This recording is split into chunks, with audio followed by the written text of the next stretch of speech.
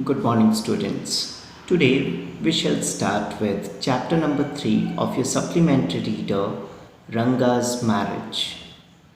This story dates back to the early days of the British rule, wherein the life in village was slow and child marriage was quite common. This story quite interestingly shows the manipulative instincts of the narrator to bring a definite change in the idealistic views of Ranga about marriage and finally succeeds in getting him married to an 11-year-old girl, Ratna. Very quickly, we will have a look at the significant characters of this story. The first one is Ranga, who is the son of an accountant. He gets education outside his village at Bangalore, but when he returns, he doesn't showcase any change whatsoever. He keeps on following the traditional courteous behavior towards elders. However, Ranga's views about marriage are non traditional, and the narrator's strategy succeeds in making him agree to the traditional arranged marriage. The next important character is Shyama, who is the narrator of the story. He also happens to be Ranga's neighbor.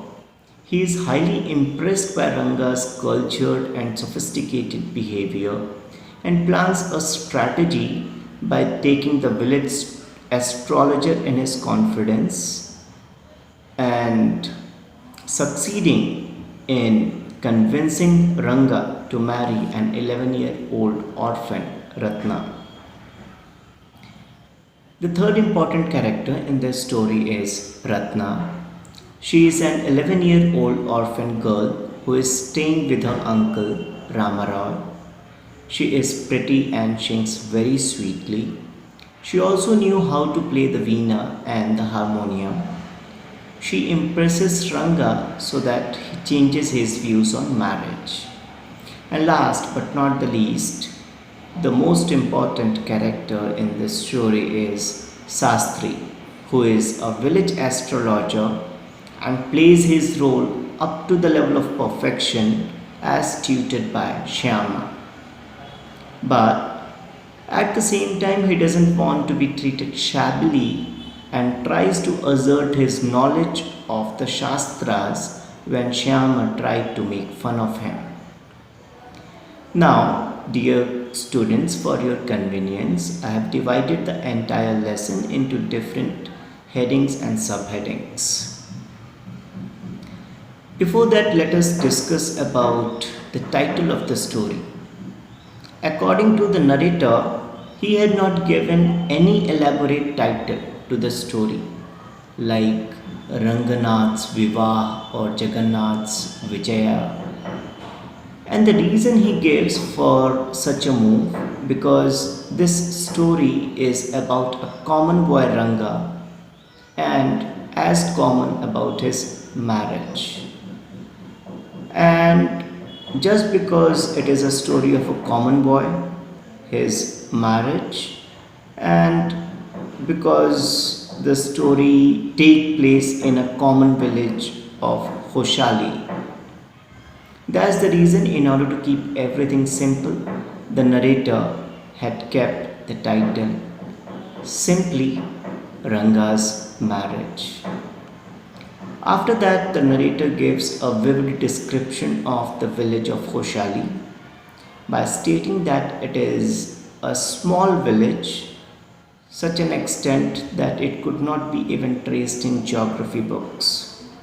Still, narrator speaks volumes about this village.